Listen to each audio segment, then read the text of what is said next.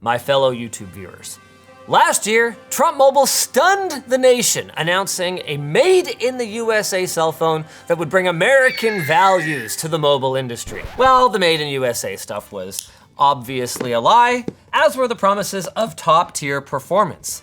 Those claims of made in the USA have now been walked back to assembled in the USA, but I gotta say, after everything this device has been through, I'm not super inclined to believe that either. The initial promise of shipping a 6.78-inch display with 12 gigs of RAM was replaced by a smaller display with an undisclosed amount of RAM. We did end up getting a 6.8-inch display and 12 gigs of RAM, so you gotta give them kudos there, but it just raises so many questions about this whole process, right? Because how could they have planned to ship a device in just a couple of months and yet have no idea what the specs were? And that's not even mentioning all of the fake photoshopped pictures that they tweeted out of what the phone was gonna look like, and then ultimately were nowhere near what they ended up delivering. And that's just one of many controversies around this thing. You had to put up $100 in order to lock in your price and secure a pre-order, but then explicitly on their site, they said that it doesn't guarantee you a price. They did deliver the phone. It is at the original price in spite of the global DRAM and NAND shortages, just 10 months later than they originally promised. Let's have a look at the included accessories. Ooh. Oh. All right, I thought I was at least going to get a branded, generic, flexible phone case. Nope, just a branded bag. You might say that now that I've bought this phone, I'm a bag holder. In the box, we get a SIM removal tool, a user manual to help get us started with our T1 SGG06 device. Already, there are some features I appreciate. It's got a 3.5mm jack, as well as a micro SD card slot. Does support wireless charging and NFC. Making a call. Tap the phone icon, then tap the dial pad icon. Enter the number or the first letter of the contact's name and select the contact. Ooh, this has the most boomer energy. Like, you know what phones don't come with anymore? A written manual that tells you how to turn them on. Yeah, we should have a written manual. Don't want to go on that newfangled internet to find out how to connect into the Wi-Fi. And the manual is only in English, as the good Lord intended. What else we got here? Okay, not gonna lie, that's kind of a cool looking USB cable. Yep, yeah, the molds don't really match. Well look, I make cables for a living, okay? I gotta be able to evaluate this stuff. Nothing unforgivable though. Not the most supple sleeving if you guys want something a little bit more premium. Our true spec cables are now back in stock, lttstore.com. What else we got in here? Included charger. You know what? Oh, that's not very heavy, but 33 watts, better than a kick in the teeth, and a lot better than nothing, which is what you'll get with most flagship phones these days. Of course, included case, headphone jack, micro SD slot, included charger. I'm beginning to wonder if their promises of top tier performance may be as empty as their promises of made in the USA, because these are all things that you typically see included on a mid-range or a budget phone. It's crazy, this is the most Trump thing ever. The vast majority of the text on the packaging is a disclaimer and licensing agreement. Like they have a bunch of services like roadside assistance, and I think there's some kind of telehealth thing that's included with the phone. Won't be relevant to me here with my communist socialized healthcare, but maybe that's something that some American folks want. But when you go on the site, there's like a long blurb about how Trump Mobile takes absolutely no responsibility whatsoever for the quality of these included services. Gotta love it, you know, really, really standing behind the stuff that you slap your name on. So what makes this phone American values? Is that what they call it now? Shaped by American innovation. Well, it's gold, and I gotta say, I mean, as far as kinda lustrous gold-inspired finishes go, it's kinda cool. There's also a US flag that there's been a fair bit of debate about the number of stripes on it. 13 stripes, 7 red, 6 white. So one side says, you made an American proud device and didn't even manage to get the number of stripes correct. And the other side says, Well, the Trump Mobile logo was obviously intended to be one of the stripes. Is the Trump Mobile logo the height of the stripes though? Also, fueling this debate is the fact that the video that was released promoting the final industrial design of the phone was actually AI generated. And in some frames, there are fewer stripes than in other frames. So that lends a little bit of credibility to the careless hypothesis. I feel like I need a ruler or calipers or something. Can I have a measuring device, please? There's one taped to the... Oh, so there is. It's, it's in inches, as the good Lord intended. 1 sec. Oh, hey! Each of these is exactly 2 millimeters. Nope, the Trump Mobile is slightly taller than the stripes. I'm afraid we're going to have to reject that's the 7th red stripe hypothesis. I mean, there's also the fact that, like, those are the white stripes, not the colored ones, but sure. I was willing to entertain it until it was a different height. Let's do a quick outside tour. On the top, we've got our headphone jack, noise canceling microphone, earphone speaker, what appears to be an ambient light sensor. On the left, we've got a whole lot of nothing. Over on the right, we've got our lock button as well as our volume rockers. Then on the bottom, our SIM/ micro SD card tray. Love to see it, as well as a USB port and another noise canceling microphone as well as our primary speaker. On the front, they did deliver a 6.8 inch OLED display. It's powered by Android 14. Look at that splash screen. That is truly American proud design if I've ever seen it. On the back, we've got a modest camera bump. Would rather have none, like the price competitive Pixel 9a, but if I'm gonna have something, at least this is reasonable, unlike my Fold. What is that Fold compensating for? As for the specs of those cameras, we've got a 50 megapixel main shooter, a 50 megapixel 2x telephoto, an 8 megapixel wide, and a 50 megapixel front-facing camera. Hi there. English, United States. All right, I'm gonna skip connecting to a mobile network. Obviously, it's intended to be used on the 47 plan on Trump Mobile, which is, as far as we can tell, running on the T-Mobile network with slightly better pricing than T-Mobile, but then worse pricing than Mint Mobile, which is T-Mobile's budget virtual carrier. I'm never gonna remember this. You know what else I'm never gonna remember? To tell you about our sponsor, dbrand. Cause of course it's dbrand. They're just a magnet for controversy, aren't they? Totally unrelated, we were originally planning to use this segment to advertise something else entirely, but for reasons that we do not have to get into, we're instead gonna tell you about dbrand's summer sale. Until midnight tonight, you can save up to 60% site-wide at shouldhaveaskedvalveforalicense.com. They've got $10 off Ghost, Grip, and Tank cases, and up to $30 off if you add extras like the Prism screen protector and an AirPods case. Then over on the kill switch side of things, you can get up to $55 off the Switch 2 Everything Kit, which includes dbrand's new Joy-Con controller holder.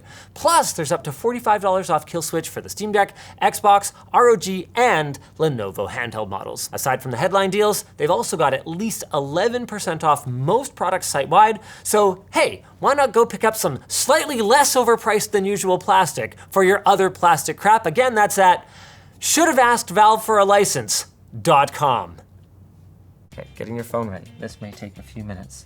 For a first-time device, I gotta say, this feels very competently crafted. Fit and finish is good, materials feel great, the specs all seem right for the $599 price. It's almost like this isn't the first time this phone manufacturer has made a phone. If you've been following the Trump Mobile saga over the last year, you probably already know that there is an Asian manufactured phone, so not made in USA, not designed in USA, not assembled in USA, probably made in Taiwan or maybe even China, that matches this phone almost exactly internally to the point where one enterprising individual actually got an HTC U24 Pro and a Trump Mobile T1 and swapped the motherboards between them, finding that they were, in fact, completely interchangeable. But that doesn't mean the Trump Mobile team changed nothing. Did change the color. They put this flag here with the wrong number of stripes. They put this here. This is new. They also made the USB port slower. Now it's USB 2.0, the way the good Lord intended. And then last but not least, and maybe this had something to do with the USB port change, it actually got an upgraded battery to 5,000 milliamp hours. So I would expect the battery life of this thing to be pretty decent. I would, honestly, at this stage in the game, I would take a slower charge and a bigger battery. I can't believe after all the drama leading up to the launch of this thing, this is what we got, an HTC phone. I was actually kind of with the Verge reporter who's been really following this story like to an obsessive degree. You know, I wanted it to be really great or really bad, because just a perfectly cromulent reskin of an HTC phone is sort of the most boring outcome. Very standard Android setup process here, including built-in screen fingerprint sensor, love to see it. But what you can't necessarily count on is standard upgrades to future Android operating systems. While Google is offering, I believe they're promising 7 years on the Pixel 9 series, there are no promises whatsoever with respect to ongoing Android support for this. So what I think is going to happen is Trump Mobile is going to be at the mercy of whatever HTC ultimately decides to upgrade the U24 Pro to, because it clearly wasn't worth putting in the work to develop a new hardware device. Therefore, unless they sell like millions of these, it's not going to be worth the work to continue to update the software on it unless they were already going to do it anyway. That's just kind of how this sort of white label / OEM manufacturing works. Support for Google Pay. I want to see the stock wallpaper. That is unimaginative at best. You know what though? You know, I gotta give credit where it's due. This is a very clean Android install. One of the cleanest I think I have quite literally ever seen. Here on the home screen, you've got all the required crap that Google makes you use. Is this an old Chrome icon? That's weird. See, it doesn't match any of the other ones. You've got the Google Play Store. I believe that's all required. There is nothing else. Over here, you've got your Google News feed, and then swiping up to see all of the installed apps, the one bit of garbage that is pre-installed on it is Truth Social, which doesn't even launch? You gotta be kidding me. There's no way the one Trump Mobile pre-installed app doesn't launch. You can't handle the truth. Social. Oh, 5th time's a charm. Must be updating things in the background or something. Hold on here, let's open up the Play Store and see if that's what's happening.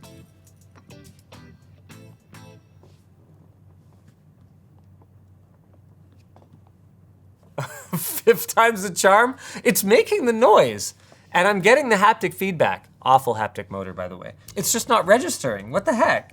Okay, there's updates available, but it's not updating anything right now. That's really weird behavior. I gotta say, 500 gigs of storage for $500 US.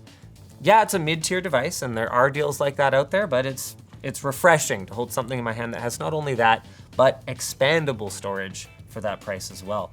Also, I was about to say, the 120 hertz display really contributes to a very smooth overall feel, but as you guys saw there with that stutter as I was swiping over to the news feed, it is let down a little bit by the mid-tier. It's using a Snapdragon 7 Gen 3 processor, or at least that appears to be what it's using, since the HTC one does, and they didn't redo the motherboard, so. Which means that you can expect mid-tier phone from 2024 performance in both CPU and GPU intensive applications. Which isn't to say that it's terrible. Like you can see my app updates are going fine. There is one important feature that I want to check for. Can I move the back button over to the right? I think this is a larger than standard default text. And it never prompted me during setup to change it. Like here's how I would normally have things set up. Like even with this giant crap up here, like this is crazy. This is like when I'm using my mother-in-law's phone. Yeah, no, here we go. Okay, there we go. All the good stuff's always hidden under accessibility. Ooh, 3-button navigation. Settings cock. Whole day ruined.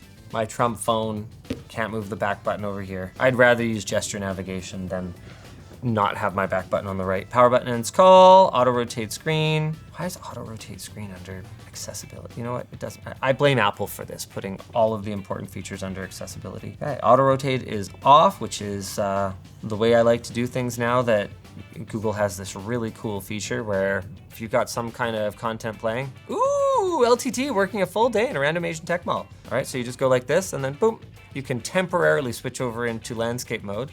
And then when you're ready to go back, boop, you just press that, and then you never have to have your screen unlocked so that it'll like accidentally rotate all over the place all the time. It's really nice. It doesn't always activate perfectly, but it's pretty solid.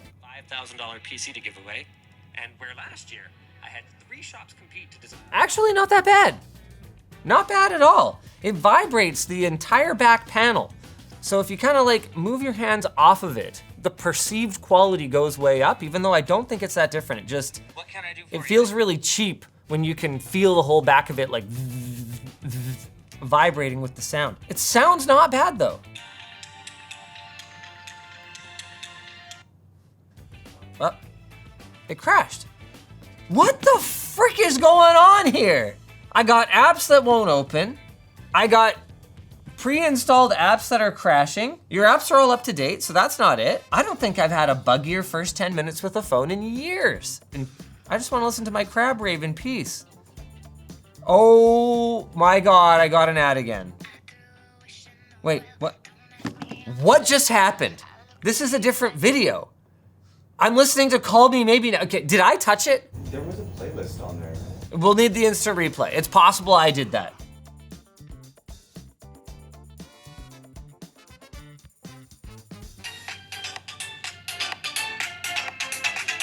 Actually, not bad at all. That is a perfectly cromulent set of speakers and stereo too.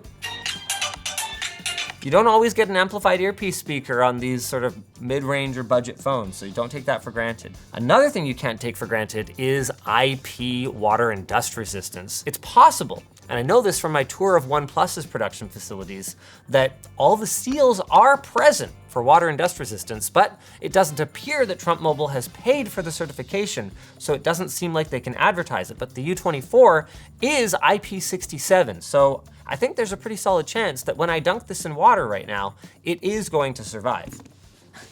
Before I dunk this though, we should probably have a look at the screen maybe. Realize we didn't really talk about that. It's a 1080p class display. I already mentioned it's 120 Hertz. It does support HDR.